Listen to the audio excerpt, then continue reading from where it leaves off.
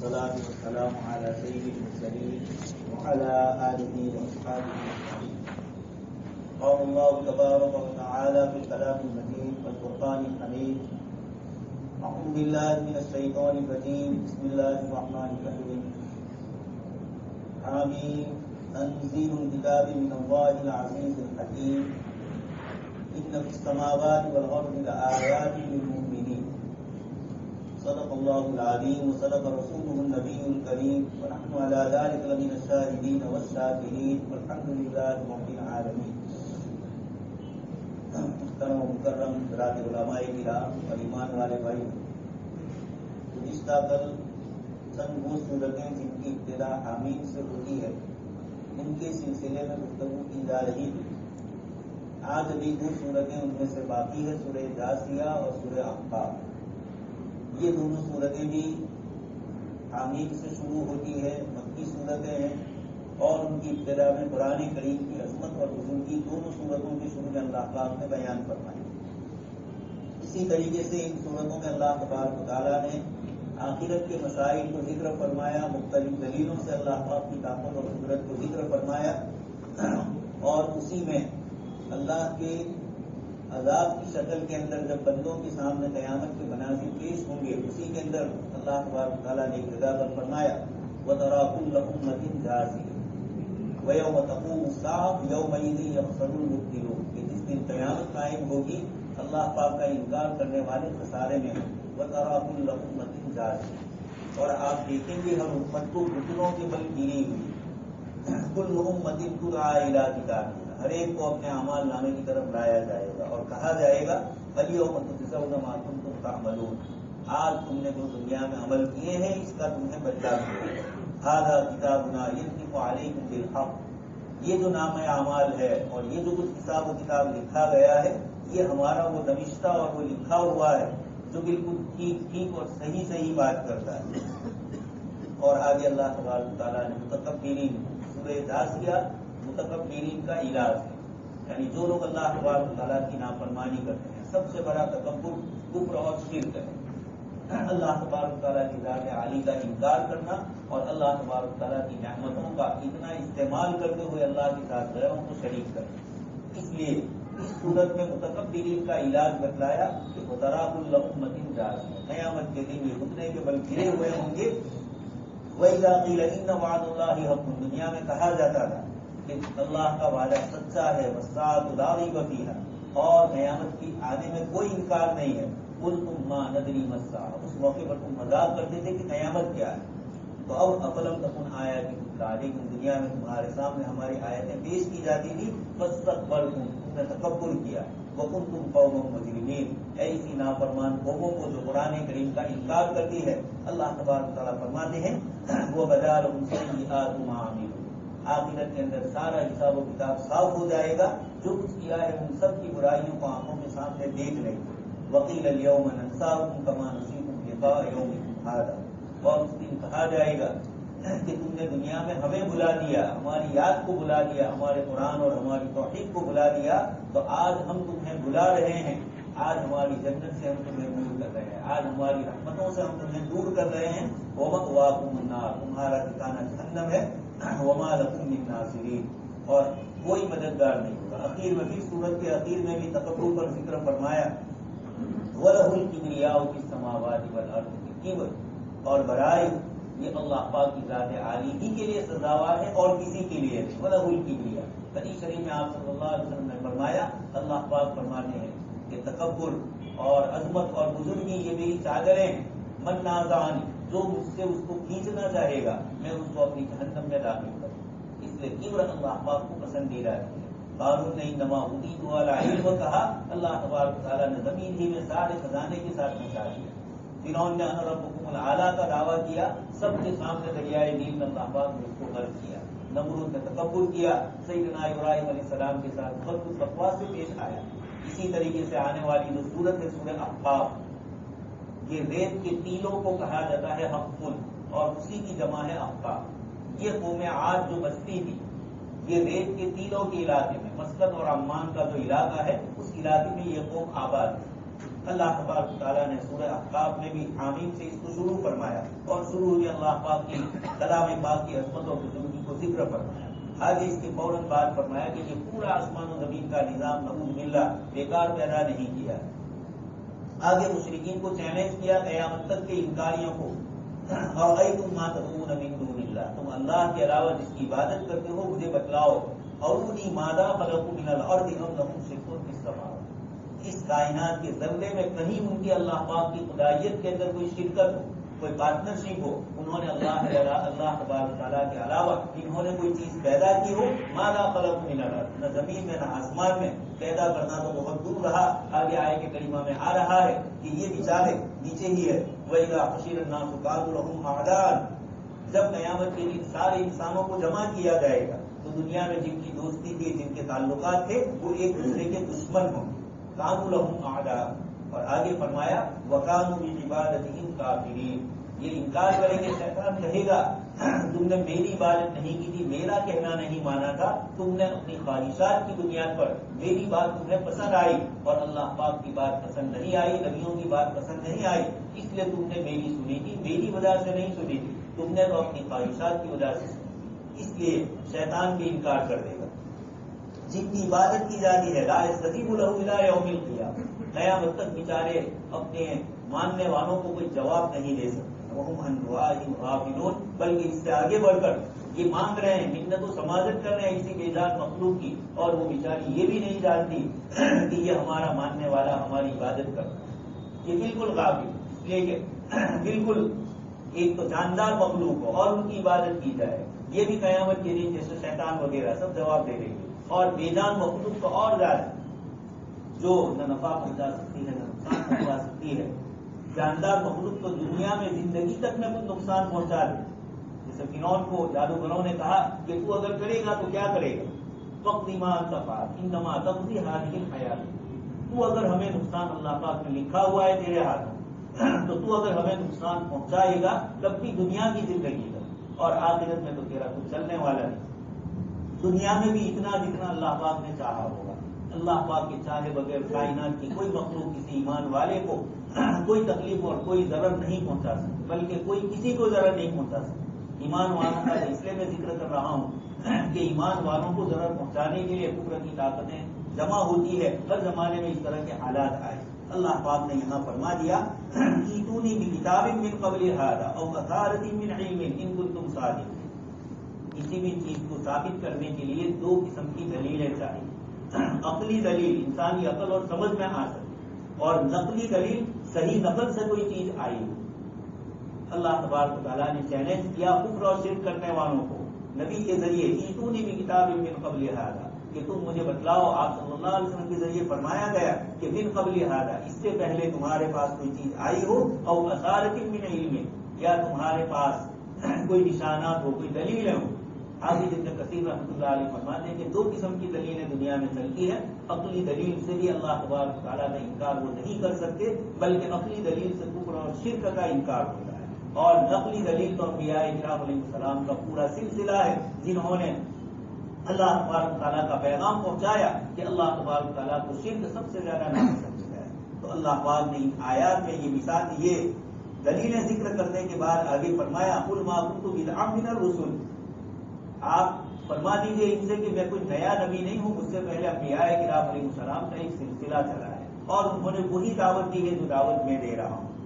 وما ادری ما یفعل بی ولا بکم، مجھے معلوم نہیں ہے اللہ تبارک تعالیٰ میرے ساتھ کیا فیصلہ کریں گے. یعنی مراد یہ ہے کہ پچھلے انبیاء کرام علیہ السلام میں سے کچھ وہ ہوئے جن کو ان کی امتوں نے شہید کیا، کچھ وہ ہے جن کو ستایا گیا، کچھ وہ ہے جن سے جہاد ہوا اور نبی غالب آ گئے. یہ اس طرح کے مختلف حالات ہوئے ہیں. میں نہیں جانتا ہوں، میں اتنا جانتا ہوں کہ اللہ نے مجھے رسول بنا کر بھیجا ہے. میرا اور تمہارا معاملہ کیا ہوگا یہ اللہ پاک کی جانتے ہیں. لیکن تو اللہ پاک کی طاقت اور قدرت سمجھانے کے لیے آپ صلی اللہ علیہ وسلم کے ذریعے پیغام پہنچایا گیا. اس کے بعد اللہ تبارک تعالیٰ نے سیدنا موسیٰ علیہ السلام کا ذکر، جیسے میں کہہ چکا ہوں ان 6 صورتوں میں 7 صورتوں میں مسلسل اللہ کے رسول سیدنا موسیٰ علیہ السلام کا ذکر آتا ہے. یہاں بھی فرمایا ومن قبلہ کتاب موسیٰ، قرآن کریم سے پہلے موسیٰ علیہ السلام کی کتاب. آگے اسی صورت کے اندر اللہ تبارک تعالیٰ ذکر فرماتے ہیں جنات اور شیاطین کا. وہاں بھی موسیٰ علیہ السلام کا ذکر آتا ہے، یا قومنا انا سمعنا کتابا انزل من بعد موسیٰ۔ یہ اشارہ کیا، جیسے کل عرض کیا میں کہ ان صورتوں میں اللہ پاک نے بنی اسرائیل کا ذکر کیا، موسیٰ علیہ السلام کا ذکر کیا، اور اس امت کو بتلایا کہ تم سے پہلے ایسی امت آئی تھی، ان کے یہ حالات ہیں۔ سیدنا موسیٰ علیہ السلام سے اس قوم نے، اس امت نے اس طرح کی بدسلوکی کی اللہ کے نبی کے ساتھ، تو ایسا نہ ہو کہ ہم بھی جناب نبی اکرم صلی اللہ علیہ وسلم کے طریقوں کو چھوڑ دیں، اور جیسے بنی اسرائیل کا حشر ہوا اس طریقے سے، اسی طریقے سے اشارہ کر دیا بنی اسرائیل کو اور امت محمدیہ کو کہ سیدنا موسیٰ علیہ السلام پر جیسے کتاب آئی تھی، آپ پر بھی کتاب نازل کی تھی۔ گویا اشارہ ہوا کہ اب یہ نبوت منتقل ہو رہی ہے حضرت موسیٰ علیہ السلام اور بنی اسرائیل کی شریعت سے سیدنا جناب نبی اکرم صلی اللہ علیہ وسلم کی دین اور شریعت کی طرف سیدنا ابراہیم علیہ اسماعیل علیہ السلام کی اولاد۔ اس امت کو اس موقع پر جب کہ یہ نبوت منتقل ہو رہی ہے، بہت ضروری تھا کہ پچھلی امت کی تاریخ بتلائی جائے۔ ان میں جنہوں نے مانا اللہ نے ان کو کامیاب کیا، جنہوں نے نہیں مانا اللہ پاک نے ناکام کیا، تو اللہ پاک خود انسانیت کو بتلا رہے اور اس کے ذمہ میں امت محمدیہ کو بھی بتلاتے ہیں کہ یہ امانت اور یہ ذمہ داری آئی ہے قرآن کریم کی، اس کو حفاظت سے رکھنا۔ اگر بنی اسرائیل کی طرف اس نے چھوڑ دیا تو ان کے جادو کے چکروں میں ان کو ڈال دیا۔ جب کوئی امت اللہ کی نعمتوں کی ناقدری کرتی ہے، اور کائنات میں سب سے بڑی نعمت قرآن کریم ہے اللہ پاک کی طرف سے، اس نعمت کی ناقدری ہوتی ہے تو اللہ تبارک تعالیٰ اس امت کو دوسرے ایسے کاموں میں لگا دیتے ہیں جیسے یہود کو اللہ پاک کے جادو کے چکروں میں لگاتے ہیں۔ اس امت کو قرآن جب چھوڑتے ہیں، اس کی نحوست یہ ہوتی ہے کہ پھر انسان دوسرے کاموں میں مشغول ہوتا ہے، اللہ پاک قرآن سے دور کر دیتے ہیں اور نتیجے میں وہ ہلاک اور برباد ہوتے ہیں۔ ان آیات نے اشارہ کیا کہ جنات بھی جناب نبی اکرم صلی اللہ علیہ وسلم کی رسالت کا اقرار کرتے ہیں اور اپنی قوموں میں جا کر دعوت دیتے ہیں۔ اس صورت میں اللہ تبارک تعالیٰ نے فرما برداروں کا بھی قصہ ذکر کیا، جنات کی شکل میں، اور نافرمانوں کا ذکر کیا۔ وَاذْكُرْ أَخَا عَادٍ إِذْ أَنذَرَ قَوْمَهُ بِالْأَحْقَافِ، اسی سے سورت کا نام احقاف ہے کہ آپ یاد کیجئے قوم عاد کے بھائی حضرت حود علیہ السلام، آپ نے اپنی قوم کو ان ریت کے تینوں کے علاقوں کے اندر جہاں وہ رہتے تھے، ان بستیوں میں آپ نے ان کو دعوت دی۔ وَقَدْ خَلَتِ النُّذُرُ مِن بَيْنِ يَدَيْهِ وَمِن خَلْفِهِ، ان کے زمانے میں ان کے بعد بھی بہت سارے انبیاء گزرے ہیں۔ اللہ تبارک تعالیٰ نے جب انہوں نے نہیں سنی، اللہ پاک کی طرف سے بادل اور بارش کا عذاب آیا۔ فَلَمَّا رَأَوْهُ عَارِضًا مُسْتَقْبِلَ أَوْدِيَتِهِمْ، بارش نہیں ہو رہی، انہوں نے اپنے ایک آدمی کو بھیجا کہ جاؤ کعبۃ اللہ، جبال مہارا سے وہ گزرا اور کعبۃ اللہ میں آ کر اس نے دعائیں کی۔ اللہ پاک کی طرف سے دعا تو کر رہا تھا، بیچ کے اندر ایک مہینہ کہیں ٹھہر گیا ہو اور شراب اور کباب میں مشغول ہوا، پھر یاد آیا کہ مجھے تو میری قوم نے دعا کے لیے بھیجا ہے۔ اب وہاں گیا، عذاب تو اللہ پاک کی طرف سے متعین تھا، اس لیے بیت اللہ کے پاس آیا، دعائیں کی، اللہ پاک کی طرف سے آواز آئی کہ یہ بادل ہے، تم ان کو پسند کر دو، یعنی بادل بارش والے ہیں اور بغیر بارش کے بھی ہے، تم پسند کر دو۔ اس نے کہا کہ بارش والے بادل کو ہم پسند کرتے ہیں، ھذا عارض ممطر، یہ آیا، اس سے پہلے قوم پر اللہ تبارک تعالیٰ کی طرف سے عذاب آ گیا۔ یہ سمجھے کہ بادل بارش کے لیے ہیں، لیکن ریح، اللہ پاک نے دوسری آیت میں فرمایا مستعجلتم بھی، یہ جس کی تم جلدی مچاتے تھے عذاب کی نبی سے، اللہ پاک کی طرف سے یہ آ گیا۔ ھذا عارض ممطرنا بل هو مستعجلتم بھی، اللہ پاک فرماتے ہیں یہ بارش نہیں ہوگی، ابھی اللہ کا عذاب آئے گا۔ ریح فیھا عذاب علیم، اللہ پاک کی طرف سے سخت ہوائیں چلی اور تدمر کل شیء بامر ربها، اللہ پاک کے حکم سے ہر چیز کو ختم کر رہی تھی۔ فاصبحوا لا يرى الا مساكنهم، ساری چیزیں تہس نہس ہو گئی۔ دیکھ رہے ہیں 100 کلومیٹر کی رفتار سے جب ہوا چلتی ہے تو کیا حال ہوتا ہے۔ جب اللہ پاک کی طرف سے یہاں ہوائیں چلی تھی، یہ عذاب ہی کے لیے آئی تھی، تو ساری کی ساری بستیوں کو اجاڑ دیا اور بارش بھی اللہ پاک کی طرف سے ہوئی، اللہ تبارک تعالیٰ نے اس قوم کو ہلاک کیا۔ وَلَقَدْ أَهْلَكْنَا مَا حَوْلَكُم مِّنَ الْقُرَىٰ وَصَرَّفْنَا الْآيَاتِ لَعَلَّهُمْ يَرْجِعُونَ، مکہ والوں کو سمجھایا جا رہا ہے تمہارے اطراف میں شمال اور جنوب اور مشرق اور مغرب میں دیکھو، وہ میں آج سوئی ہوئی ہے اور صرف نشانات ہی باقی ہے۔ اسی طرح قوم ثمود اوپر مدین کے علاقے میں ہے، مقام ہجر میں ہے، ہر حضرت صاحب علیہ السلام کی قوم اوپر ہے، حضرت نوح علیہ السلام کی قوم سیلاب میں کیسی تباہ ہوئی، یہ ساری قوموں کی مثالیں دے کر اللہ پاک فرماتے ہیں کہ یہ دیکھیے کیا ہو رہا ہے۔ یہ مکہ کے مشرکین کو چیلنج کیا، اس کے بعد آپ صلی اللہ علیہ وسلم کو تسلی دی۔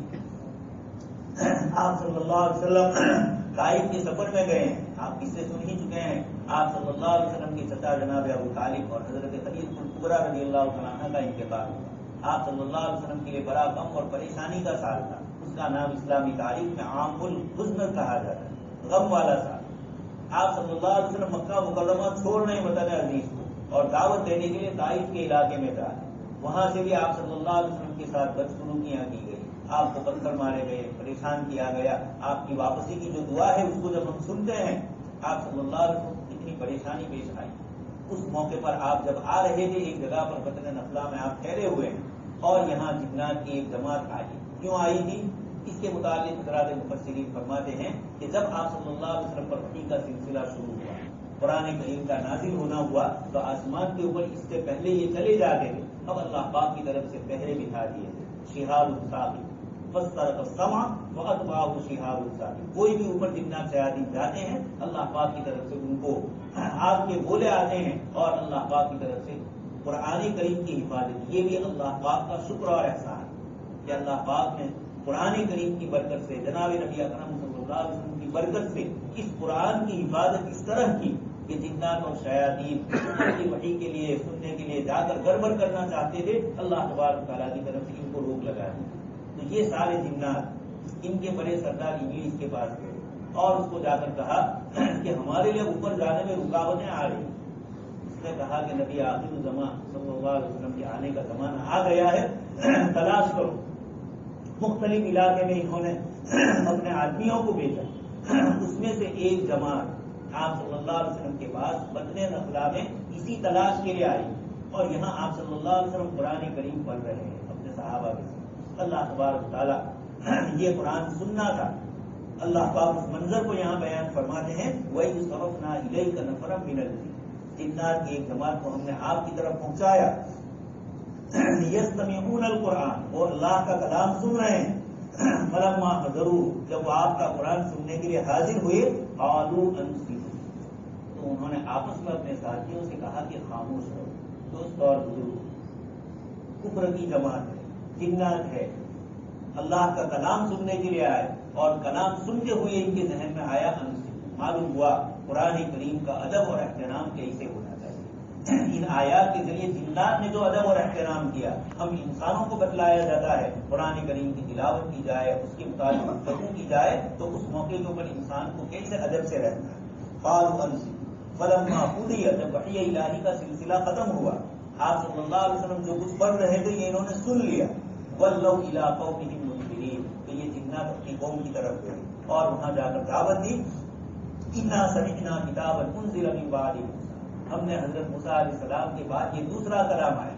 حضرات مفسرین فرماتے ہیں کہ بیچ میں حضرت عیسیٰ علیہ السلام پر انجیل بھی نازل ہوئی، لیکن ان جنات نے اس کا ذکر اس لیے نہیں کیا کہ قرآن کریم میں خود حضرت عیسیٰ علیہ السلام کا قول ہے کہ میں اس لیے آیا ہوں وَلِأُحِلَّ لَكُمْ بَعْضَ الَّذِي حُرِّمَ عَلَيْكُمْ، تورات میں احکام اور مسائل جیسے قرآن کریم میں، انجیل کے اندر اللہ پاک کی حمد و ثنا زیادہ بیان کی، اور کچھ وہ باتیں جو بنی اسرائیل نے اپنے کفر اور اپنی زیادتی کی وجہ سے اپنے اوپر، ان کے اوپر عذاب کے طور پر اللہ پاک نے کچھ چیزیں حرام کر دی تھی، فَبِظُلْمٍ مِّنَ الَّذِينَ هَادُوا حَرَّمْنَا عَلَيْهِمْ طَيِّبَاتٍ، تو حضرت عیسیٰ علیہ السلام کے ذریعے وَلِيُحِلَّ لَكُمْ بَعْضَ الَّذِي حُرِّمَ عَلَيْكُمْ، جو کچھ چیزیں حرام کی گئی تھی حضرت عیسیٰ علیہ السلام کے ذریعے اس کو اللہ پاک نے پھر حلال کروایا۔ تو انجیل کا ذکر اس لیے نہیں ہوا کہ اس میں جو کچھ احکام ہے عمومی طور پر وہ احکام تورات میں ہے اور اس میں اللہ تبارک تعالیٰ کی حمد و ثنا زیادہ بیان کی گئی۔ خیر، تو جنات اس بات کی دعوت دے رہے ہیں، یا قومنا اجیبوا داعی اللہ، آپ صلی اللہ علیہ وسلم کے پاس آئے، آپ کو معلوم نہیں تھا، پھر اللہ پاک نے سورہ جن میں اس کو نازل فرمایا، قل اوحی الی انہ استمع نفر من الجن، آپ فرما دیجئے کہ میری طرف وحی کی گئی کہ جنات کی ایک جماعت نے قرآن کریم کو سنا اور انہوں نے کہا انا سمعنا قرآنا عجب، عجیب و غریب قرآن ہم نے سنا، یہدی الی الرشد۔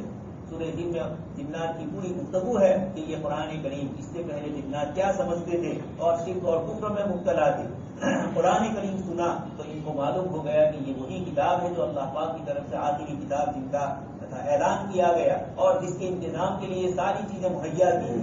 تو اللہ تبارک تعالیٰ نے یہ تسلی دی آپ صلی اللہ علیہ وسلم کو، اس سے ایک داعی کو، دین کی دعوت دینے والے کو بھی اللہ پاک کی طرف سے ان آیات کے ذریعے تسلیاں ہیں کہ جب آپ اللہ کے دین کی دعوت دیتے ہیں، لوگ آپ کی بات نہیں سنتے ہیں، انسان نہیں سنتے، اللہ تبارک تعالیٰ جنات کو کھڑا کرتے ہیں، اور اگر انسانوں میں سے ایک جماعت نہیں سنتی، اللہ پاک دوسری جماعت کو کھڑی کرتے ہیں۔ ایک انگریز جس نے یوروپ کی بھی تاریخ لکھی اور مسلمانوں کی بھی تاریخ لکھی اور اس نے بہت کچھ چیزیں لکھی، اس میں وہ لکھ رہے ہیں کہ جس وقت مسلمانوں کو اسپین سے نکالا گیا 14ویں صدی عیسوی اور 15ویں صدی عیسوی کے اندر اسپین سے اسلامی حکومت ختم ہوئی اور مسلمانوں کو نکالا گیا، اور ایسا لگا کہ اب مسلمانوں کو سکڑ کر یہ بہت مختصر ہو جائے گی، وہ لکھ رہے ہیں، اور مسٹر آرنلڈ اور یہ لکھ رہے ہیں، لیکن عین اسی وقت اللہ پاک نے انڈونیشیا اور ملیشیا میں اسلام پہنچایا۔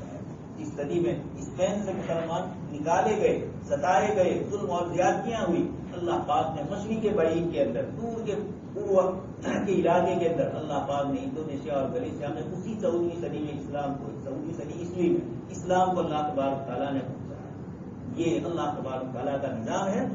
اسی طریقے سے مسٹر لینکول اور دوسرے انگریز لکھتے ہیں کہ ترک اور تاتاری قوموں نے 6ویں صدی عیسوی میں ہجری میں مسلمانوں پر حملہ کیا اور عید سے عید بجاری بغداد کی اسلامی سلطنت کو ختم کیا، اطراف کے پورے علاقے میں مسلمانوں کو تہس نہس کر دیا گیا، لمبا چوڑا ظلم اور زیادتی ہوئی۔ لیکن یہ لکھ رہے ہیں کہ ایسا لگ رہا تھا کہ دنیا سے اسلام اور مسلمان چند سالوں میں ختم ہو جائے، لیکن اللہ پاک کا نظام تھا وہی ترک اور تاتاری کو جو مسلمانوں کو نیست نابود کرنے کے لیے آئی۔ ان کی 2 نسلیں نہیں گزری چنگیز خاں کی، ہلاکو خاں کی، کہ ان کے بعد والے ان کے پوتے اور پر پوتے آئے اور اللہ پاک نے ان کو اسلام کی دعوت سے سرفراز، اور پھر اس کے بعد ترکی میں وہی اس کے بعد والی سلطنت قائم ہوئی، عثمانی عثمانی سلطنت جس کو کہا جاتا ہے، اگرچہ وہ ترکی میں ہوئی لیکن انہوں نے سہارا دیا۔ یہ تاتاری یہ سب ایک ہی قوم ہے، ترک اور تاتاری، منگول، سلجوقی، یہ ساری الگ الگ قومیں ترک تاتاری قوم کہی جاتی ہے۔ اللہ پاک نے ان کے ذریعے اسلام کو سربلند کرنا، کبھی سلجوقیوں کے ذریعے، یہ بھی وہی قوم، اور اسی طریقے سے انہی ترک اور تاتاریوں کو۔ تو ایسے موقع پر انگریز لکھ رہے ہیں کہ مسلمانوں کے فاتح اسلام کے مفتو ہو، جو مسلمانوں کو فتح کرنے والے ان کے علاقے، لیکن اسلام نے ان کو فتح کر لیا اور وہ اسلام کے مفتو یعنی اسلام ان کے اوپر غالب آ گیا، اور پھر اللہ تبارک تعالیٰ نے ان کے ذریعے کام لیا۔ ترک نادا کے ذریعے اللہ تبارک تعالیٰ نے کس طریقے سے یہ کام کیا، تو یہ اللہ تبارک تعالیٰ کی طرف سے اپنے دین کی حفاظت ہے۔ یہ آیتیں اور یہ سورتیں اور اس کے بعد والی جو سورتیں آ رہی ہے اس میں خاص کر کے سورہ فتح میں اللہ تبارک تعالیٰ یہی پیغام دیتے ہیں۔ یہ تو وہ سورتیں تھی جو حامیم سے شروع ہوتی تھی۔ اس کے بعد والی 3 سورتیں جو آج کی تراویح میں پڑھی جائے گی، سورہ محمد، سورہ فتح اور سورہ گجرات، یہ 3 سورتیں وہ ہے کہ ان 3 میں جناب نبی اکرم صلی اللہ علیہ وسلم کا ادب، احترام، آپ کی اطاعت، آپ کی فرما برداری، اور آپ صلی اللہ علیہ وسلم کے لیے وتعزروا وتوقروا، آپ کا اکرام بھی کیا جائے، احترام بھی کیا جائے، اور آپ صلی اللہ علیہ وسلم سے محبت بھی قائم کی جائے۔ یہ 3 سورتوں میں، اس لیے سورت میں جہاد کا ذکر ہے لیکن سورت کا نام محمد رکھا ہے۔ ایک تو اشارہ ہے کہ مکہ کے مشرکین نے محمد ابن عبداللہ یہ کروایا، محمد رسول اللہ کا لفظ جو تھا اس کو ختم کروانے کی کوششیں کی۔ اللہ پاک نے اگلی سورت میں سورہ فتح میں اس کو فرمایا محمد الرسول اللہ، وہاں بھی آپ کا نام لیا ہے، یہاں بھی سورت کا نام ہے محمد، جہاد کی آیتیں ہیں، اور پہلے ہی اللہ پاک فرماتے ہیں حق اور باطل کون ہے، الذین کفروا، جنہوں نے اللہ پاک کا انکار کیا، وصدوا عن سبیل اللہ، اللہ کی راہ سے لوگوں کو روکا، اضل اعمالهم، اور اپنے اعمال کو ضائع اور بیکار کیا، یہ ایک جماعت تھی۔ والذین آمنوا، اور وہ لوگ جو ایمان لائے، وعملوا الصالحات، اچھے اعمال کیے، وآمنوا بما نزل علی محمد، اور ایمان لائے ان آیات پر، ان احکام پر جو محمد صلی اللہ علیہ وسلم پر نازل کیے گئے، وَهُوَ الْحَقُّ مِنْ رَبِّهِمْ، یہ جملہ ہے اور وہی حق ہے اللہ پاک کی طرف سے۔ اب کائنات میں، اب پورے زمین کے اوپر جناب نبی اکرم صلی اللہ علیہ وسلم کی لائی ہوئی تعلیمات، یہ اللہ پاک کی یہاں حق کا معیار ہے، اور اس کے مقابلے میں جو ہوگی وہ باطل ہوگی۔ صاف فرمایا کفر عنہم سیئاتہم واصلح بالہم، اللہ تبارک تعالیٰ فرماتے ہیں ذالک بأن الذین کفروا اتبعوا الباطل، کافروں نے جو پیروی کی جن چیزوں کی وہ باطل ہے، اور وأن الذین آمنوا اتبعوا الحق من ربہم، اور جو لوگ ایمان لائے، صاف صاف اس آیت میں فرمایا کہ جناب نبی اکرم صلی اللہ اللہ علیہ وسلم کی تعلیم پر ایمان لانے والے، عمل کرنے والے اللہ پاک کے نزدیک وہی حق والے ہیں، اور آپ صلی اللہ علیہ وسلم کے خلاف، آپ کی تعلیم کے خلاف چیزوں کی اتباع کرنے والے، آپ کے طریقے کے علاوہ دوسرے طریقوں کی دعوت دینے والے، اتبعوا الباطل، انہوں نے باطل کی تعلیم حاصل کی اور اسی کی پیروی کی. كذلك يضرب الله للناس امثالهم، اللہ پاک اسی طرح مثالیں قائم فرماتے ہیں. اس صورت میں اللہ تبارک و تعالیٰ نے جناب نبی اکرم صلی اللہ علیہ وسلم اور صحابہ کرام کو جہاد کے احکام اور مسائل ذکر فرمائے. بہت ساری الگ الگ صورتوں میں اس سے پہلے بھی آپ سن چکے ہیں جہاد کے سلسلے میں افراط و تفریق ہوئی. یا تو کچھ لوگوں نے آپ سن چکے ہیں کہ کوئی اگر تمہارے داہنے رخسار پہ تماشا لگائے تو بائیں رخسار کو پیش کرو. حضرت عیسیٰ علیہ السلام کی طرف یہ تعلیم منسوخ کی جاتی ہے، لیکن دنیا عیسائیت کو ہم نے دیکھ لیا. پوری دنیا میں اس وقت جتنے ہتھیار بنائے جا رہے ہیں، بن چکے ہیں، اور دنیا بھر کے اندر ان ہتھیاروں کی ہیر پھیر کے لیے دو ملکوں کو آپس میں لڑایا جا رہا ہے. یہ سب کون کر رہے ہیں؟ وہی لوگ جو اس دعوت کو قبول کیے ہوئے ہیں کہ داہنے رخسار کے اوپر تماشا مارا جائے تو بایاں بھی پیش کرو کہ اس کو بھی مارو، لیکن اس پر عمل نہیں ہوگا. یہ افراد و تفریق. حضرت عیسیٰ علیہ السلام کی تعلیم میں یہ چیز آئی نہیں، اس لیے کہ آپ کی دعوت اس مرحلے پر نہیں پہنچی کہ جہاں جہاد کا آپ کو. اس لیے جب تشریف لائیں گے امتی بن کر تو جہاد کا عمل شریک. اس وقت ان کی تعلیم کو اللہ پاک کی طرف سے اسی طرح رکھنا تھا، اس لیے ان کی تعلیم میں جہاد نہیں آیا. ورنہ اگر ان کی تعلیم بعد میں وہ عمل کر رہے ہیں تو یہ اللہ تبارک و تعالیٰ کی طرف سے جہاد کے سلسلے میں افراد و تفریق ہوئی. لوگوں نے فساد مچایا اور اس کو جہاد کا نام دیا. اللہ پاک نے اسی کو پہلے پارے میں فرمایا الا انہم هم المفسدون. منافقین ہے آج کے زمانے میں بھی فساد پھیلاتے ہیں، صلح کے نام سے جاتے ہیں ملکوں میں اور فساد مچاتے ہیں ان ملکوں میں. گزشتہ 50 سال سے یہ کھیل کھیلا جا رہا ہے، پوری دنیا کے اندر ہم دیکھ رہے ہیں یہ فساد ہوتا ہے. اللہ کے رسول صلی اللہ علیہ وسلم نے تلوار چلانے کا صحیح طریقہ سکھایا. ایک پروفیسر ہے انگریز، وہ یہ کہتے ہیں کہ تلوار تو ہر زمانے میں چلی ہے، تورات کے زمانے میں بھی چلی ہے، اور پھر عیسائیت نے بھی چلائی، رومیوں نے بھی چلائی، سب نے چلائی، لیکن تلوار چلانے میں افراد و تفریق سے کام کیا. حضرت محمد صلی اللہ علیہ وسلم تشریف لائے، انہوں نے تلوار کب چلائی جائے، کیوں چلائی جائے، یہ دونوں چیزوں کو بہت واضح کیا. کب چلائی جائے یہ بھی قرآن نے ذکر کیا. للذین یقاتلون بأنہم ظلموا ولولا رسول اللہ الناس بعدهم ببعض لہدمت صوامع. جب عبادت گاہیں محفوظ نہ رہے، جب لوگوں پر ظلم کیا جائے.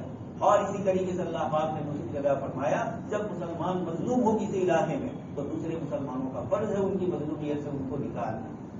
ربنا اخرجنا من هذه القرية الظالم اهلها. مکہ میں یہ دعائیں کر رہے تھے عبداللہ ابن عباس اور ان کی والدہ وغیرہ. اللہ پاک فرماتے ہیں کہ تمہیں کیا ہو گئے، وما لكم لا تقاتلون في سبيل الله. تو یہ اس صورت کے اندر بھی احکام اور مسائل کو اللہ پاک نے ذکر فرمایا جہاد کے. اس کے ذریعے اسلام نے سیہدیہم ویصلح بالہم. اللہ تبارک و تعالیٰ نے اتنے احکام اور اتنے مسائل جہاد کے سلسلے کے ذکر کیے. اور پھر صحابہ کرام نے اور حضرت عریبیہ مجتہدین نے، امام محمد رحمۃ اللہ علیہ نے کتابیں لکھی، سیر کبیر، سیر صغیر، اور آج سے 1300 سال پہلے. اور اس کے اندر انہوں نے 1250 1300 سال پہلے سارے جہاد کے احکام اور مسائل کو ذکر فرمایا. تو اسلام میں نیت کی بھی درستگی ہے. جہاد میں تلوار اٹھاتے وقت آپ کی کیا نیت ہے؟ من قاتل لتکون کلمۃ اللہ ہی العلیہ. ایسے ہی نہیں ہے، بہت لطیف یہ مسئلہ ہے. اور عین لڑائی میں، عین جہاد میں ذکر اللہ کی تلقین کی جا رہی ہے. نماز کا فریضہ ادا کرنے کے لیے نماز کے طریقے بتائے جاتے ہیں. ایک آئے اور جائے صلاۃ الخوف مستقل نازل ہو رہی ہے 5ویں پارے میں آئے. یہ سب بتلایا جا رہا ہے کہ نیت کی صفائی کتنی بڑی ضروری ہے. تو ان صورت کی آیات میں اللہ تبارک تعالیٰ نے جہاد کی ان آیتوں کی طرف بھی اشارہ فرمایا اور منافقین نے جو شرارت کی تھی اس کو بھی ذکر کیا. اس کے بعد والی جو صورت ہے سورہ فتح، اللہ تبارک تعالیٰ نے اس صورت کے اندر یہ ہو رہی ہے صلح اور دب کر ہو رہی ہے. مشرکین جو کہہ رہے ہیں وہ ساری باتیں مانی جا رہی ہے، لیکن اللہ پاک کی صورت کا نام رکھتے ہیں سورہ فتح. دوستوں اور بزرگوں، یہ صلح حدیبیہ ہے اور اس موقع پر اللہ پاک کی طرف سے آیتیں نازل ہوتی ہے. یہ ہمارے لیے آج کے اس وقت کے ماحول کے لیے، پوری دنیا امت مسلمہ کے لیے ان آیات میں بہت ساری عبرتیں ہیں، بہت ساری اللہ پاک کی طرف سے حکمتیں سمجھ میں آتی ہیں.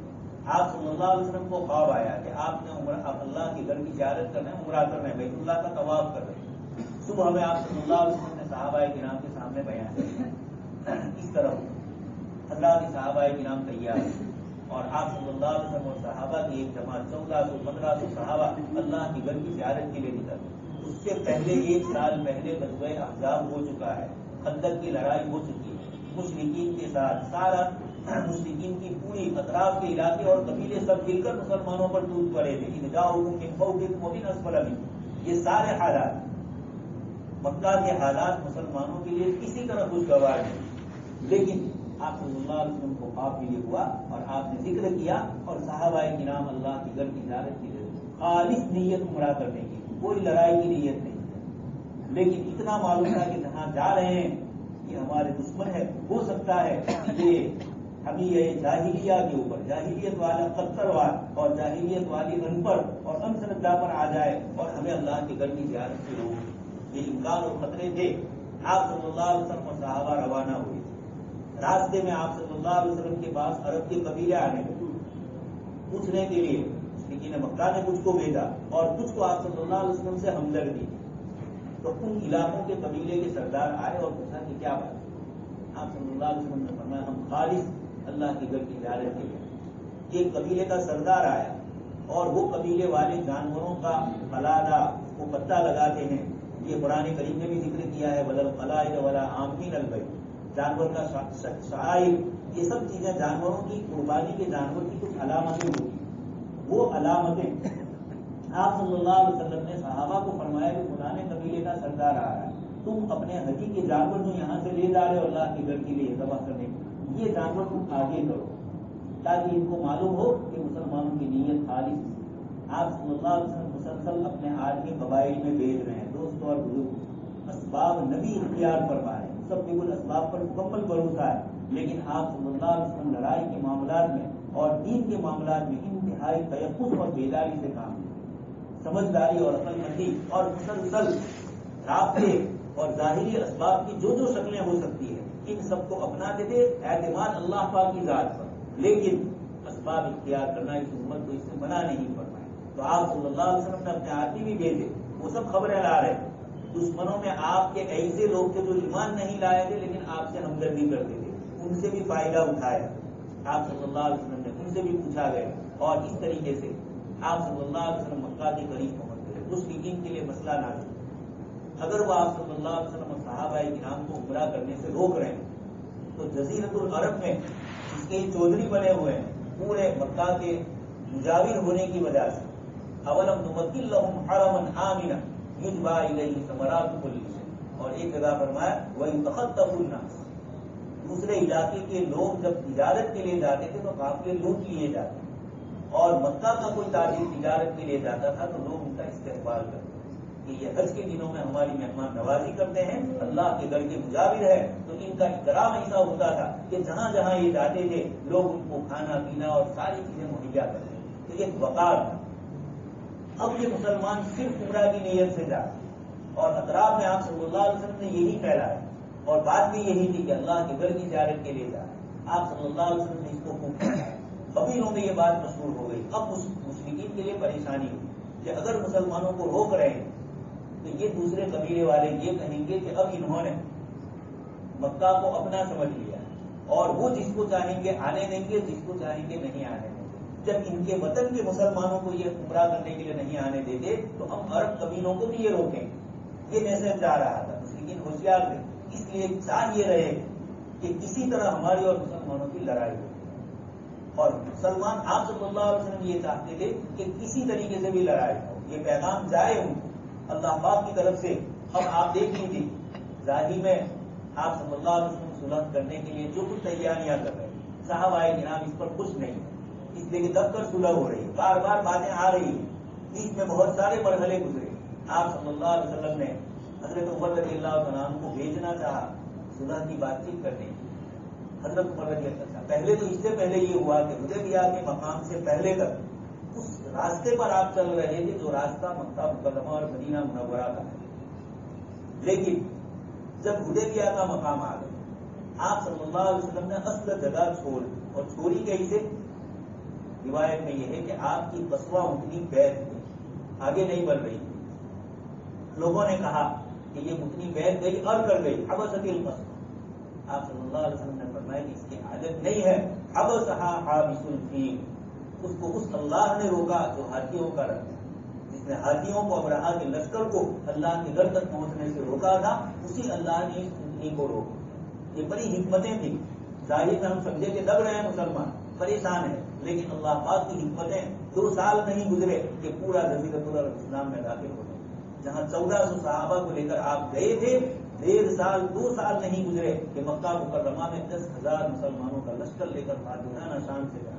17 سال میں 1400 صحابہ ایمان لائے، اور باقی 2 سال میں صلح جب ہو گئی، اس کے 2-2.5 سال نہیں گزرے کہ مشرکین نے صلح توڑ دی اور اللہ پاک نے مکہ میں فاتحانہ داخل کیا. اس وقت 10,000، اور پھر اس سے چند سال نہیں گزرے 8 ہجری میں فتح مکہ ہوا اور 11 ہجری میں حجۃ الوداع ہوا. تو ایک محتاط روایت کے مطابق 40,000 صحابہ اور دوسری روایتوں کے مطابق 1 لاکھ سے اوپر صحابہ کرام آپ کے ساتھ. یہ کیا ہوا؟ جن چیزوں کو ہم نہیں سمجھ رہے ہیں، اللہ پاک کی حکمت اس میں کام کرتی. اور اس دب کر کی ہوئی صلح کو اللہ پاک فرماتے ہیں فتح مبینہ. اس وقت حضرت عمر رضی اللہ تعالیٰ عنہ کو سمجھ میں نہیں آ رہا تھا. عمر خطاب جیسے لو کان بعدی نبی لکان عمر، لیکن اس عمر رضی اللہ تعالیٰ عنہ کی ایمانی غیرت تھی. اس صورت میں اللہ پاک نے صحابہ کرام کی کثرت سے تعریف فرمائی. حالانکہ یہ ایک موقع تھا کہ حضور نے یہ کہا کہ اب تم اپنے جانوروں کو ذبح کر دو، اب مشرکین سے صلح ہو چکی ہے، اور اب ہم اسی طرح اس سال اللہ کی در کی زیارت کے لیے نہیں جا سکتے، آئندہ سال ہمیں جانا. لیکن صحابہ اس پر عمل نہیں کر رہے تھے. میں پہلے عرض کر چکا ہوں کہ ان کو یہ دل میں تھا کہ شاید اللہ پاک کی طرف سے وحی نازل ہو جائے اور ہمیں اجازت مل جائے اللہ کی در جانے اور یہ صلح رد ہو جائے. لیکن جب اللہ کے رسول صلی اللہ علیہ وسلم نے یہ کیا، خود آپ صلی اللہ علیہ وسلم نے اپنا سر حلق کروایا، تو سارے صحابہ سمجھ گئے کہ اب مسئلہ حل نہیں ہوگا، اب آئندہ سال بھی عمرہ کے لیے آئے. اسی درمیان حضرت عمر رضی اللہ عنہ کو آپ نے مکہ کے مشرکین کے پاس بھیجنا چاہا. حضرت عمر نے عرض کیا کہ اللہ کے رسول صلی اللہ علیہ وسلم دشمنوں کا اور میرا جو معاملہ ہے، میں مشرکین کے معاملے میں بہت سخت ہوں، اس لیے مکہ والے میرے بڑے دشمن، اور دوسری بات یہ کہ میرا خاندان وہاں چھوٹا ہے. آپ کو میں ایک ایسے آدمی کا نام دیتا ہوں کہ آپ ان کو بھیجیے کیونکہ ان کا قبیلہ وہاں بڑا ہے اور وہ سردار ہے. اور حضرت عمر رضی اللہ عنہ حضرت عثمان کا نام کہ آپ حضرت عثمان کو بھیجیے، وہ قبیلہ انہی کا ہے. آپ صلی اللہ علیہ وسلم کے زمانے میں قریش کا جو قبیلہ تھا اس کی مختلف شاخیں تھیں، اس میں بنو ہاشم بھی تھے اور اسی طریقے سے امیہ بھی تھے. بنی امیہ میں حضرت عثمان ہے، حضرت عمرو بن عاص ہے، حضرت خالد بن ولید ہے اور حضرت ابو سفیان ہے، حضرت معاویہ، یہ سب اس خاندان ہیں. تو حضرت عمر رضی اللہ عنہ نے کہا کہ آپ حضرت عثمان کو بھیجیے. حضور نے حضرت عثمان کو بھیجا. یہاں مکہ مکرمہ، یہاں حدیبیہ میں جہاں آپ صلی اللہ علیہ وسلم اور صحابہ تھے، یہاں یہ خبر مشہور ہو گئی کہ حضرت عثمان کو شہید کیا ہے. یہ سب اللہ پاک کی طرف سے پوری تدبیریں ہو رہی اور مختلف طریقے کے اللہ پاک کی طرف سے حکمتیں سمجھ میں اور ظاہر ہو رہی. ایک طرف حضرت عثمان کے قتل کی خبر آئی، ادھر آپ صلی اللہ علیہ وسلم نے صحابہ کو کہا، حضرت عثمان رضی اللہ تعالیٰ عنہ کے لیے آپ نے صحابہ کو درخت کے نیچے جمع کیا، لقد رضی اللہ عن المؤمنین اذ یبایعونک تحت الشجرۃ. اور آپ صلی اللہ علیہ وسلم نے چونکہ قاصد کو قتل کرنا اس زمانے میں بھی گناہ تھا، آج بھی گناہ. انٹرنیشنل جو لو ہے اس کے اندر کسی ملک کا کوئی قاصد جائے، آپ دیکھ رہے ہیں ہر ملک کی دوسرے ملک کے اندر ایمبیسیاں ہوتی ہیں، اس کو چھیڑا نہیں جاتا. تبھی تو سعودی کا مسئلہ ہوا، انہوں نے اپنے آدمی کو مارا، ترکی کچھ نہیں کر سکا، اس لیے کہ اس بلڈنگ اور وہ جگہ اس ملک کی ملکیت جیسا تصور کیا جاتا ہے، سعودی کی سمجھی جاتی ہے. تو ہر ملک میں یہ آپ صلی اللہ علیہ وسلم کے زمانے میں بھی یہ اصول تھے. اس بنیاد کے اوپر قاصد کو قتل کرنا مناسب نہیں تھا، لیکن انہوں نے کیا. یعنی یہ خبر آئی تو آپ صلی اللہ علیہ وسلم اور صحابہ کرام تیار تھے حضرت عثمان کی نسبت سے جہاد کے لیے. یہ وہ عمل تھا صحابہ کا جو اللہ پاک کو انتہائی پسند آیا، اس کو ذکر کیا. دوسرا عمل صحابہ کا یہ کہ انہوں نے جو صلح ماننے سے انکار کی جو کوششیں کی، اس کے پیچھے بھی ان کا ایمانی جذبہ کام کرتا ہے. لیکن حکمت خداوندی ابھی مکہ فتح کرنے اور مکہ کو قبضہ کرنے کے لیے جانے کی کوشش کرنے کا نہیں، اس کے پیچھے اللہ پاک کی بڑی تدبیر اور حکمتیں. اس کی وجہ یہ تھی، وہ آپ سمجھ لیجیے کہ ایک طرف مسلمانوں کے 2 بڑے دشمن، ایک طرف یہود کے جو خیبر میں آباد، مدینہ منورہ کے یہود، بنو قریظہ اور بنو نذیر، ان کا تو مسئلہ حل ہوا، لیکن ان کے علاوہ خیبر کے یہود اور وہ یہ سب وہاں چلے گئے تھے. اب وہ وہاں ایک مرکزی طاقت بن چکی تھی. خیبر مسلمانوں کے 2 دشمن. خیبر 150-200 کلومیٹر کی دوری پر ہے مدینہ منورہ سے. یہاں یہودیوں کے مضبوط قلعے تھے اور ان کے پاس ہتھیار اور سارا سامان، اور ادھر مکہ مکرمہ 400 کلومیٹر کی دور سے اوپر کی دوری پر. اب ان دو دشمنوں میں سے ایک ساتھ دونوں کے ساتھ مسلمان نہیں لڑ سکتے، دونوں کا مقابلہ ایک ساتھ نہیں ہو سکتا۔ اللہ پاک کی طرف سے یہ تقدیر کی گئی کہ اسلام کو سربلند کرنا تھا، دونوں قوتوں کو مغلوب کرنا تھا، لیکن اللہ پاک کی حکمت نے کام یہ کیا کہ مکہ کے مشرکین سے تو دور ہے، ان سے صلح کر لی جائے اور ان کا معاملہ حل کر لیا جائے۔ چنانچہ یہی ہوا۔ اب یہ جو صلح ہو رہی اکیلے غلبہ نہیں ہے، اس کے ساتھ لوگوں کو اسلام میں داخل کرنا، اور سب سے بڑے جو مسئلے پیش آئے، اب تک جو مسلمان مدینہ منورہ میں ہجرت کر کے رہتے تھے، پورے جزیرۃ العرب میں یہ مشہور تھا کہ قریش کے چند رشتے دار ہیں، انہوں نے قریش کے دین کو چھوڑ دیا ہے، نعوذ باللہ ملت ابراہیم علیہ السلام کے دین کو چھوڑ دیا ہے اور یہ کوئی دوسرا دھرم لائے اور یہ مدینہ میں چلے گئے ہیں۔ مسلمانوں کو ایک مستقل قوت، طاقت اور حکومت کی شکل میں اب تک لوگوں نے نہیں سمجھا تھا۔ جب یہ صلح ہوئی تو صلح کا مطلب یہ ہوا کہ دو آمنے سامنے آئے اور دونوں میں تحریریں لکھی گئی، دستاویز لکھے گئے، اس کا مطلب ہوا کہ مسلمان ان کے مقابلے میں ایک قوت، یہ بڑی اس موقع پر ضروری چیز کہ مسلمانوں کو ایک ایسی قوت، ایک ملک اور ایک حکومت کی شکل میں سمجھا جائے۔ آج کل یہ آپ تصور کیجیے، جس وقت ہندوستان پاکستان کا مسئلہ تھا، مسٹر جناح نے پاکستان نہیں مانگا تھا، وہ تو کانگریس کے تھے، لیکن حالات ایسے لوگوں نے کیے اور پھر اس کے بعد مسئلہ ہوا، اس وقت ان کی یہی دلیل تھی کہ ملک کا مقابلہ ملک کر سکتے، پبلک کسی ملک کا مقابلہ نہیں کر سکتی۔ ایک چھوٹا سا بھی ملک ہوگا تو اس کا ایک قانون اور ایک ملک سمجھا جاتا ہے۔ مجھے اس پر ابھی گفتگو نہیں کرنی، آپ کو یہ بتلانا ہے کہ سب سے پہلے صلح کے اندر، صلح جو ہوئی حدیبیہ کی، اس میں سب سے بڑا فائدہ یہ ہوا کہ جزیرۃ العرب میں یہ پیغام پہنچا کہ یہ مسلمان ان کے خاندان کے چند آدمی نہیں ہیں، یہ تو اب مستقل قوت ہے کہ ان کے ساتھ باقاعدہ معاہدہ ہو، اور اس زمانے میں معاہدے کو بہت بڑا سمجھا جاتا ہے، اس لیے تو معاہدہ خون سے لکھا جاتا تھا کہ دونوں قبیلے اپنی انگلیاں کاٹتے تھے، خون نکالتے تھے اور اس خون سے لکھا جاتا تھا تاکہ اس معاہدے پر عمل کیا جائے۔ کبھی خون کا پیالہ رکھا جاتا تھا، اس میں انگلیاں ڈالی جاتی تھی، یہ معاہدے کو پکا بتلانے کے لیے۔ تو معاہدہ ایسی چیز تھی کہ اب جزیرۃ العرب میں یہ ہو گیا کہ دو طاقتیں ہیں، ایک طرف مسلمانوں کی قوت ہے اور ایک طرف کی دوسری بار صلح ہو گئی۔ 10 سال تک دونوں ایک دوسرے سے لڑیں گے نہیں، جب لڑیں گے نہیں تو قبیلوں میں جو چھوٹے اور بڑے قبیلے ہوتے تھے، عرب میں یہ دستور تھا کہ چھوٹے قبیلے، بلکہ دنیا میں سب جگہ آپ ابھی بھی وہی دیکھ رہے ہیں، چھوٹا ملک ہوتا ہے وہ کسی بڑے ملک کا مقابلہ نہیں کر سکتا تو مجبوراً وہ کسی بڑے سے اپنا رابطہ کرتا ہے تاکہ اس کو دوسرا نہ مارے۔ پوری دنیا میں ابھی بھی سیٹنگ ایسا ہے، اس وقت عرب میں بھی یہ تھا، چھوٹے قبیلے ہوتے تھے، اپنے قریب میں بڑا قبیلہ ہو اس سے معاہدہ کر لیتے کہ ہم تمہیں اتنا روپیہ دیں گے یا تمہارے ساتھ فلاں فلاں مدد کریں گے تمہاری، لیکن ہم پر کوئی دشمن حملہ کرے تو آپ ہماری مدد کریں۔ چنانچہ یہی تو مکہ مکرمہ کی فتح کا سبب بھی یہی ہوا کہ کچھ مسلمانوں کے قبیلے تھے، اس سے مسلمانوں سے حلیف اور مسلمانوں سے معاہدہ کیے ہوئے، ان کے اوپر مشرکین کے جو تعلق والے تھے انہوں نے حملہ کیا، اور معاہدے میں یہ لکھا تھا صلح حدیبیہ کہ ہمارا جو معاہد ہوگا ان سے بھی تمہیں معاہدہ ہے، تمہارا جو معاہد ہوگا ان سے بھی ہم معاہدہ کریں، یعنی تمہارا جو چھوٹا قبیلہ تعلق والا ہوگا اس کو بھی ہم نہیں چھیڑیں گے اور ہمارے آدمیوں سے نہیں چھیڑنے دیں گے۔ لیکن مکہ والوں نے خلاف ورزی کی تو پھر اللہ کے رسول صلی اللہ علیہ وسلم فاتحانہ سال سے گئے۔ تو یہاں اب یہ فائدہ ہوا کہ عرب کے چھوٹے چھوٹے قبیلے جو مدینہ کے اطراف میں، انہوں نے یہ سمجھا کہ ہم معاہدہ کر لیں مسلمانوں سے، اس لیے کہ مکہ والے تو دور ہیں، تو اب اس کا فائدہ یہ ہوا کہ جن کو یہ پسند آیا مسلمانوں سے معاہدہ اب تک نہیں کر سکتے تھے، اس لیے کہ مسلمان کو خود معاہدے اور دستاویز والی ان کی نظروں میں نہیں، جب مکہ کے مشرکین سے دستاویز ہو گیا تو اب مسلمان ایک قوت کی شکل میں آ گئے، ایک ملک اور ایک حکومت کی شکل میں، اب دوسرے ان سے معاہدے کر سکتے ہیں، یہ لکھا تھا معاہدے میں۔ تو اب یہ ہوا کہ عرب کے بہت سارے حضرات مسلمانوں میں شریک ہوئے، اور دوسری طرف اللہ پاک کی طرف سے غیبی نظام، آپ صلی اللہ علیہ وسلم اور صحابہ کرام نے اسلام کی دعوت لوگوں تک پہنچائی۔ خود مکہ والے مدینہ منورہ اپنے رشتے داروں میں یہاں آئے اور دیکھا مسلمانوں کے احوال بدل چکے ہیں، جو مکہ میں تھے ظلم اور زیادتی کسی پر کر لیتے تھے، اب قانون کے پابند نظر آ رہے ہیں، ہر چیز میں دین اور شریعت کے مطابق۔ اس چیز نے اثر کیا، وَرَأَيْتَ النَّاسَ يَدْخُلُونَ فِي دِينِ اللَّهِ أَفْوَاجًا، آپ لوگوں کو دیکھیں گے کہ لوگ فوج در فوج اسلام میں داخل ہو رہے ہیں۔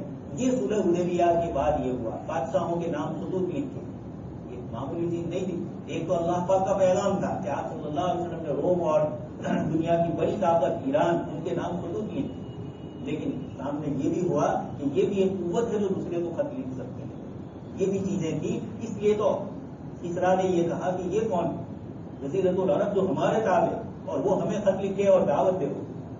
تو اسرا نے آپ صلی اللہ علیہ وسلم کے نام مبارک کو پار ڈالا اور آپ نے اسی موقع پر فرمایا اور حضرت عمر کے زمانے میں ایران کی اسرا کی حکومت ختم کروائی. تو یہ دعوتی خطوط روانہ کی ان لوگوں تک اللہ کا پیغام پہنچا, بادشاہوں تک, دنیا کی سپر پاور طاقت, یہ سارا کا سارا اللہ پاک کی طرف سے. تو پہلے یہ ہوا کہ مکہ والوں سے صلح ہو گئی. اس کے نتیجے میں ان کا ایک مقام تھا کعبۃ اللہ کی بنیاد پر پورے جزیرۃ العرب. اس لیے تو ان سے صلح کے بعد تو فوراً اسلام میں آنا شروع ہو گئے. فتح مکہ کے بعد اور زیادہ تیزی سے آئے. تو اب دو دشمن دونوں سے بیعت کو مقابلہ نہیں ہو سکتا تھا. تو ان سے صلح کروا لی اور فوراً اس کے بعد ان آیتوں میں آ رہا ہے کہ اللہ پاک نے فرمایا صحابہ کو کہ جائیے, اسی کو یہاں فرمایا سیقول المخلفون اذا انطلقتم الى مغانم, جب تم مال غنیمت کی طرف جاؤ گے, مراد یہی خیبر ہے, لتأخذوها, تو یہ منافقین کہیں گے کہ تم ہمیں کیوں نہیں لے جا رہے ہو. اللہ پاک کا حکم تھا کہ جو مسلمانوں کے ساتھ یہاں تھے وہی آ سکتے ہیں. منافقین آپ صلی اللہ علیہ وسلم کے ساتھ خیبر میں نہیں آئے. پھر اللہ پاک نے خیبر فتح فرمایا, یہود کی طاقت کو توڑ دیا گیا. اور ادھر 2-2.5 سال کے اندر یہ ہوا کہ ان کی شرطوں کو انہوں نے خود ہی چھوڑ دیا. انہوں نے شرط لگائی تھی کہ مسلمان کوئی آدمی مکہ مکرمہ میں اسلام قبول کرے اور مدینہ آ جائے, مسلمانوں کو اس کو واپس کرنا ہے. ابو جندل کو واپس کیا گیا ان کے والد سہیل کی حاضری کے اندر. اس کے بعد ایک ابو بصیر رضی اللہ تعالیٰ عنہ آئے, انہوں نے یہ آ گئے مدینہ منورہ. 2 آدمی مکہ سے آئے ان کو لینے کے لیے کہ یہ ہمارے آدمی بھاگ آئے ہیں, شرط کے مطابق آپ کو ان کو ہمیں ادا کرنا ہے, واپس کرنا ہے. آپ صلی اللہ علیہ وسلم نے کہا لے جاؤ. یہ ابو بصیر ان کے ساتھ گئے. ذوالحلیفہ 3-4 کلومیٹر کے فاصلے پر جہاں ہمارا میقات ہے, ذوالحلیفہ پہنچے اور آپس میں بات چیت, سلام کلام. ابو بصیر نے ایسی شروع کر دی کہ یہ سمجھے کہ ابھی مکہ ہی آ رہے ہیں واپس. ابو بصیر نے ایک کو کہا کہ تمہاری تلوار بہت اچھی ہے. وہ بھی خوش ہو گیا, بتلائی کہ ہاں تلوار بہت شاندار, لی اور ایک کو وہیں ختم کر دیا. اب دوسرا جائے تو مکہ تو بہت دور ہے, کہاں جائے. اس نے غنیمت سمجھا کہ مدینہ میں ہی بھی جانا ہے. تو حضور کے پاس مسجد نبوی میں دوڑتا ہوا ہے اور یہ کہا کہ میرا ساتھی تو ختم ہو گیا اور یہ مجھے مارنے کے لیے ابو بصیر آئے. آپ صلی اللہ علیہ وسلم نے فرمایا کہ کاش ابھی ہم نہیں چاہتے ہیں لڑائی. وہی آپ صلی اللہ علیہ وسلم نے جو جملہ فرمایا اس کی روحانہ بھی کہ یہ لڑائی بھڑکانے والے ہیں اور ابھی اللہ پاک کا نظام ہے کہ لڑائی نہیں کرنی. تبھی تو 2 مرتبہ عین حدیبیہ کے مقام پر آپ صلی اللہ علیہ وسلم اور صحابہ نے پڑاؤ ڈالا ہے اور مکہ سے یہ آئے 2 مرتبہ حملہ کرنے کے لیے. دونوں مرتبہ 40-40 80-80 آدمی آئے اور آپ صلی اللہ علیہ وسلم اور صحابہ پر پتھراؤ ڈالا, تیر ڈالے کہ کسی طرح لڑائی بھڑک جائے اور یہ عمرہ والا اور صلح والا جو مسئلہ ہے وہ ختم ہو جائے. بڑی شرارت کر رہی تھی لیکن صحابہ کو آپ صلی اللہ علیہ وسلم ڈسپلن تھا, جو نبی کہے وہی ماننا ہے. تبھی امتیں کام کرتی ہے. آج اس وقت مسلمان رو رہے ہیں کہ ہمارا ہر جگہ ہے تو کوئی کسی کی سننے ہی کے لیے تیار ہے. مولانا ابوالکلام آزاد ہندوستان کے سب سے پہلے وزیر تعلیم اور ملک میں جن کا اتنا بڑا مقام, لیکن یہی فرماتے ہیں مسلمان لوگ میں اطاعت نہیں, اپنے امیر کی بات ماننی ہے. اور وہاں سامنے دیکھیے اس طریقے سے 70% قوم جن کو دین دارے پڑھے لکھے طبقے ہیں ہندوستان میں جو ابھی مسئلہ ہوا یہ کوئی سوچنے کی چیز. 70-80% لوگوں نے ووٹ دی یا دلوائے گئے جو بھی, لیکن یہ کہ اتنی بڑی اکثریت کوئی جاہل تھوڑی ہے اس ملک میں, پڑھے لکھے اور دیکھ رہے اپنی آنکھوں سے ملک میں بے روزگاری کا مسئلہ ہے, ملک میں فلانی تھی, ملک کا TDP کہاں جا رہا ہے, ملک کس حال میں ہے دنیا میں, یہاں اندر کیا پریشانیاں ہیں. 5 سال میں ملک میں کتنی خستہ حالی ہوئی لیکن آنکھوں میں پردے پڑے ہوئے. یہ عجیب و غریب نظام ہے, یہ سوچنے کی چیز ہے. تبھی تو دنیا کے اخبارات لکھ رہے ہیں بڑے بڑے جو ملکوں کے کہ ہندوستان میں کیا ہوا.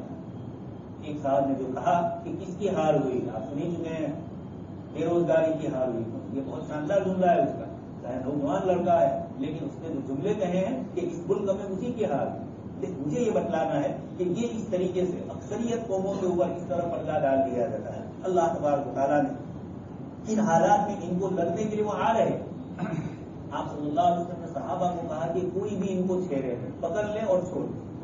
آپ نے ان کو پوچھا کسی نے بھیجا ہے, کہا نہیں ہم خود آئے. وہ بھی سمجھدار تھے, یہ نہیں کہا کہ ابو سفیان نے بھیجا کہ خالد فلانے نے بھیجا. خالد تو ایمان لا چکے تھے, یہ صلح کے وقت نہیں لائے تھے لیکن بعد میں اللہ پاک نے حضرت خالد کو بھی ایمان کی بات. یہ سب کچھ ہوا اور اللہ تبارک تعالیٰ نے روکا مسلمانوں. تو دوستوں اور بزرگوں کی صورت بتلاتی ہے کہ کبھی حالات کا ظاہر ناخوشگوار ہوتا ہے لیکن اللہ کے رسول صلی اللہ علیہ وسلم نے ابو بصیر کو بھیج دیا. ابو بصیر سمجھ گئے کہ مکہ تو جاؤں گا نہیں.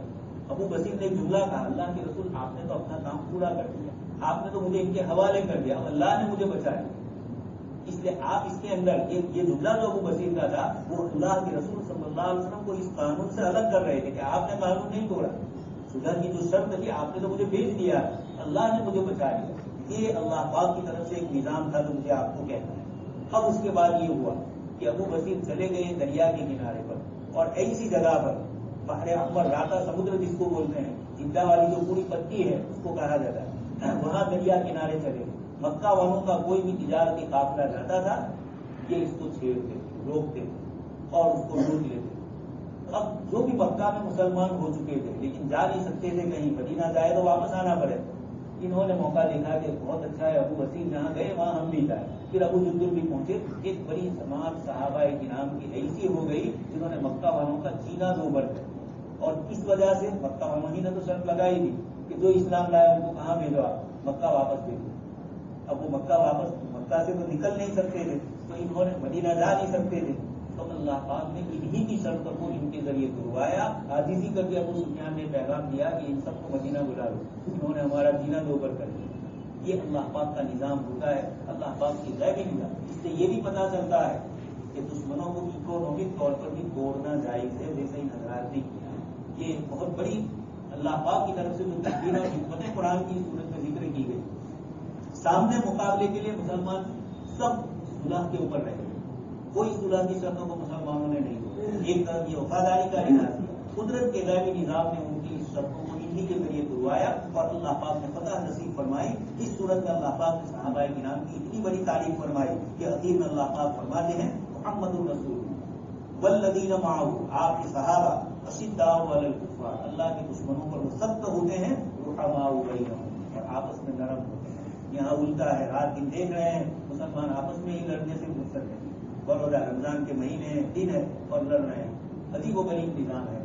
یہ اس طرح کی چیز ہے. قرآن کریم کی یہ جو صحابہ کرام کی تاریخ کا ایک ایک جملہ ہے, یہ تاریخ ساز, تاریخ بنانے والے جملے ہیں کہ اس سے امتوں کی تاریخ بنتی ہے, امتوں کے احوال اس سے درست ہوتے ہیں. ایک طرف تو یہ حال ہے فوراً اللہ کی طرف, تراہم رکعا سجدا یبتغون فضلا من اللہ ورضوانا. ایک طرف بندوں کے ساتھ عزت رکھتی ہے, لیکن وہی بات جو رستم نے اپنے آدمی کو بھیجا تھا اور کہا کہ جاؤ دیکھو یہ لوگ فتح پا رہے ہیں. رومی جنرل نے اپنے آدمیوں کو بھیجا کہ مسلمانوں کو دیکھو کہیں شکستیں نہیں ہو رہی, اتنا بڑا ہمارا منظم لشکر اور اس کے مقابلے میں عرب کے بدو غالب آ رہے. یہ گئے تو جا کر دیکھا رات میں عبادت کر رہے ہیں اور دن کے اندر گھوڑے پر سوار ہے. اس میں جا کر یہی جملہ تھا کہ لیل رہبان, کہ رات کو تو ایسا لگ رہا ہے کہ ان سے زیادہ عبادت گزار کوئی, اور دن نہار فرسان, اور دن میں گھوڑے پر ایسے سوار ہے جہاد میں کہ ایسا لگ رہا ہے کہ پوری زندگی ایک ہی کام ہے لڑ. یہ صحابہ کرام کی صفت اللہ پاک فرماتے ہیں تراؤ گروپ کا انصر.